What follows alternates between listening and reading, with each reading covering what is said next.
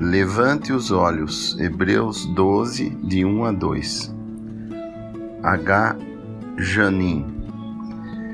Corramos a corrida com paciência, mantendo os olhos em Jesus, autor e consumador da fé, que pela alegria que lhe estava proposta, suportou a cruz, desprezando a vergonha e sentou-se à direita do trono de Deus.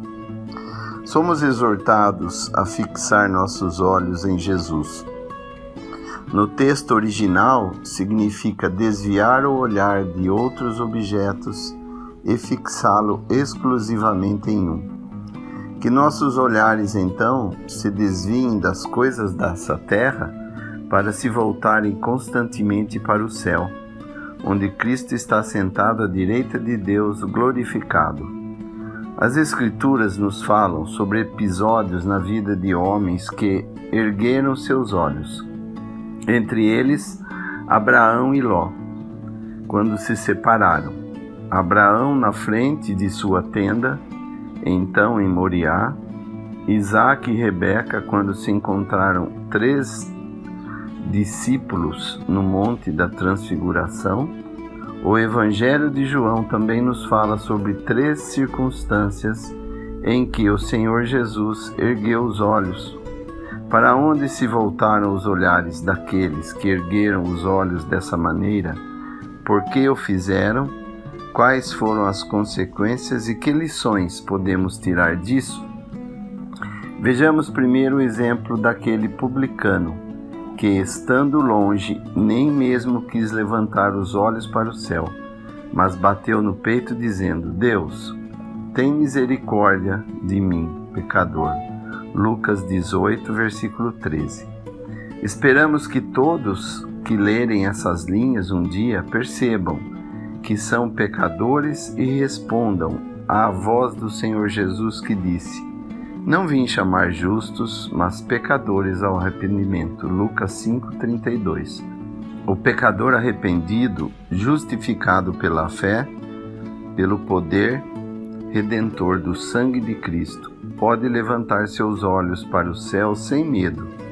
Portanto, sendo justificados pela fé, temos paz com Deus por nosso Senhor Jesus Cristo. Romanos 5:1. Eló ergueu os olhos e viu toda a planície do Jordão, que tudo era regado, como o jardim do Senhor, como a terra do Egito na direção de Zoar. Gênesis 13, versículo 10. Ló ergueu os olhos, mas realmente não desviou o olhar de onde seu coração havia ficado, do Egito. Até aquele momento ele havia caminhado, deixando-se guiar pela fé do tio. E partiu Abraão, como Jeová lhe disse, e Ló foi com ele. Gênesis 12, versículo 4. Então Abraão levou Ló, filho de seu irmão, e eles partiram para a terra de Canaã. Versículo 5. Abraão, pois, subiu do Egito ao Negueve, ele e sua mulher com tudo o que tinha, e Ló com ele. Capítulo 13 de Gênesis, versículo 1. Ló andou com Abraão, versículo 5. Mas vejam só, agora você tem que escolher. Seus olhos se erguem e seu olhar se volta para o que é atraente. A planície do Jordão, que era toda irrigada. Ele não vê os perigos, mas os homens de Sodoma eram muito ímpios e pecadores contra Jeová. Gênesis 13, versículo 13. Pelo fato de sempre ter sido carregado pela fé alheia e sua fé não ser exercida, faltou discernimento a Ló. Levante os olhos, vá e escolha. Vá embora, more nas cidades da planície e arme suas tendas em Sodoma. Sua eleição compromete toda a sua família e teria levado à perda de sua vida se Deus não tivesse graciosamente intervindo em resposta ao apelo de Abraão. Gênesis 18, versículos 22 a 33. Os crentes que se contentam em seguir seus irmãos, colocando sua confiança neles, estão em perigo. A palavra nos exorta a lembrar de nossos pastores ou guias, a imitar sua fé, obedecê-los e nos submeter a eles. Hebreus 13, versículos 7 e 17. Porém, em sua medida, cada um deve adquirir certezas e convicções para si próprio. Pois, se quisermos permanecer algum tempo na terra, chegarão os dias em que aqueles que lhe deram serão retirados. O que então fará aquele cuja fé não foi exercida ou exercitada, que tem apenas um conhecimento muito fraco da doutrina, que não é afirmada na verdade? Você está em perigo de agir como Ló, de fazer escolhas erradas que o comprometerão, tu e tua casa, e possivelmente até com outros crentes de uma maneira errada. Ao deixar Ló escolher o que queria, Abraão se permitiu ser guiado por Deus. Ele não ergueu os olhos para nenhum dos lados. Então, depois que Ló o deixou, Deus disse-lhe: agora levanta os olhos e olha. Gênesis 13, versículo 14. Não ouvimos também essa voz que nos chama a levantar os olhos e olhar para a terra prometida, à nossa fé? Muitas vezes baixamos os olhos e vemos apenas as nossas misérias, o que nos leva a gemer, a suspirar e às vezes até duvidar. Porém, mais do que levantar os olhos e olhar como ele convidou Abraão a fazer, Deus nos convida a nos levantarmos e percorrermos a terra em toda a sua extensão. Versículo 17. Conhecemos bem a nossa terra? Percebemos que de agora em diante Deus, juntamente com Ele, nos fez sentar nos lugares celestiais com Cristo Jesus. Efésios 2:6. Se conhecermos bem os lugares celestiais, levantar os olhos será indispensável para nós.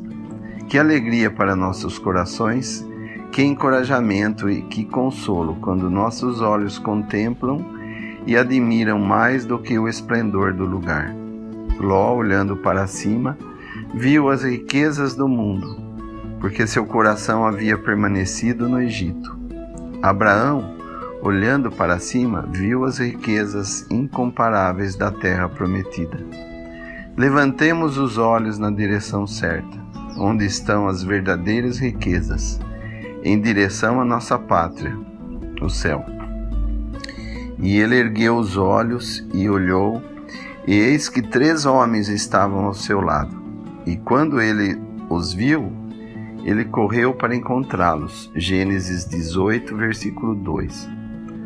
Abraão estava sozinho, sentado à porta de sua tenda, e eis que 3 homens estão de repente ao seu lado.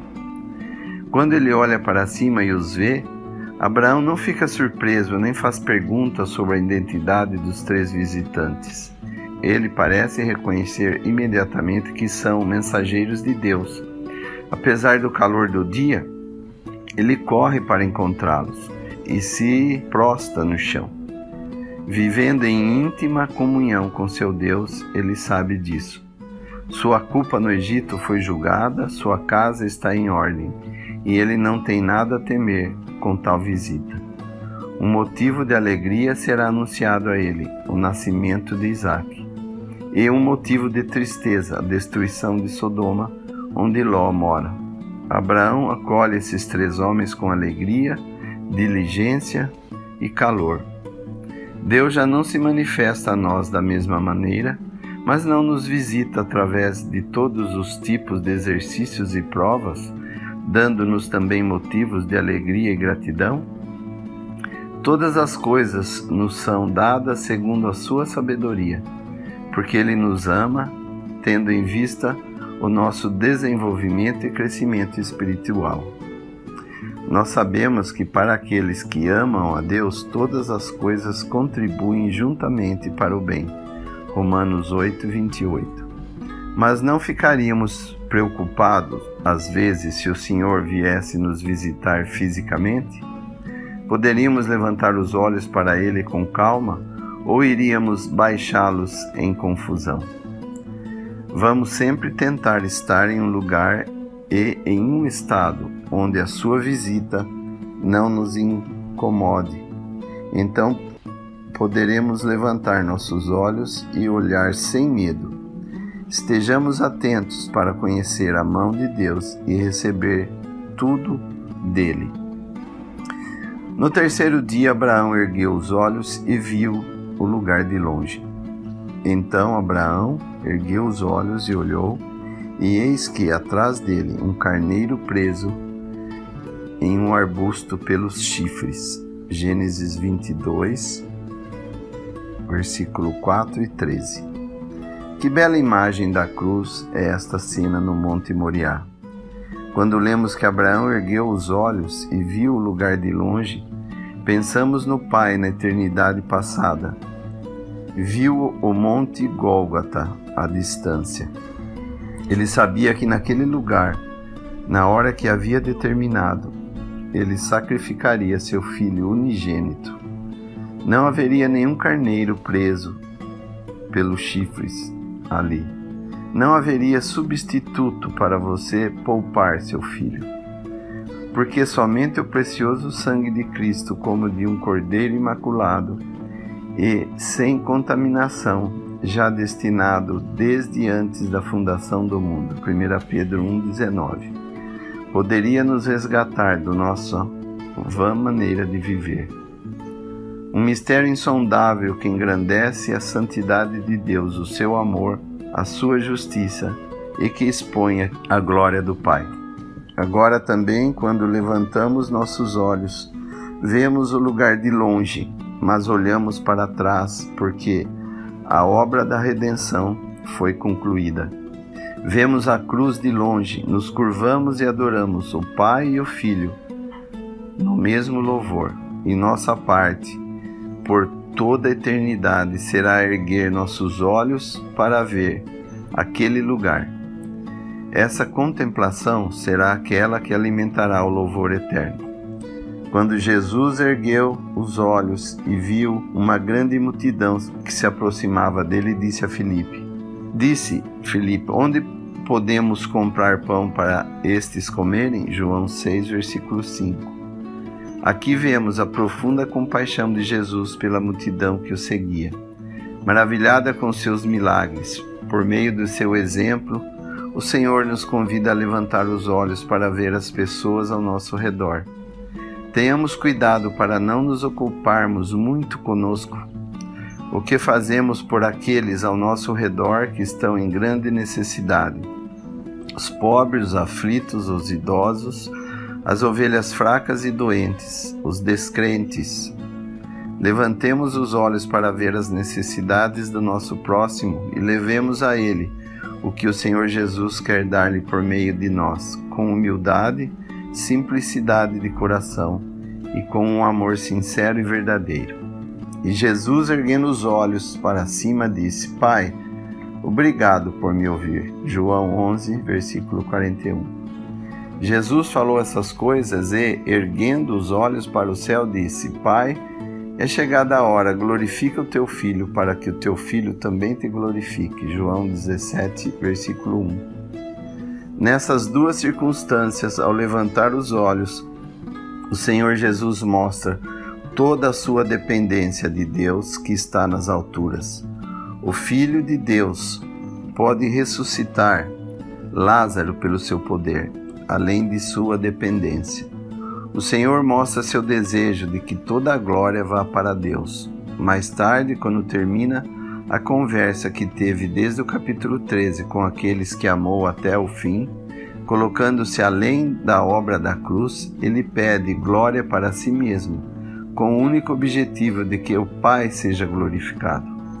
Quando contemplamos Jesus em sua vida e caminhamos sempre, aprendemos algo para nós mesmos. Enquanto o homem natural busca como se livrar de todas as obrigações e como se exibir, o Senhor Jesus nos ensina exatamente o contrário.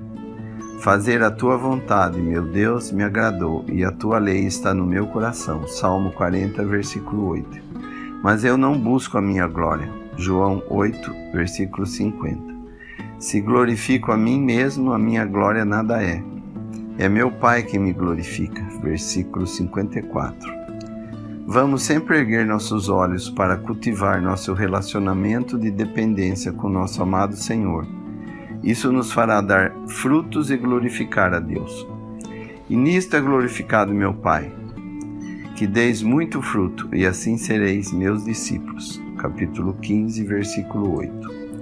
Em pouco tempo não será mais necessário levantarmos os olhos para o céu, porque lá estaremos. Então, a oração do Senhor será cumprida.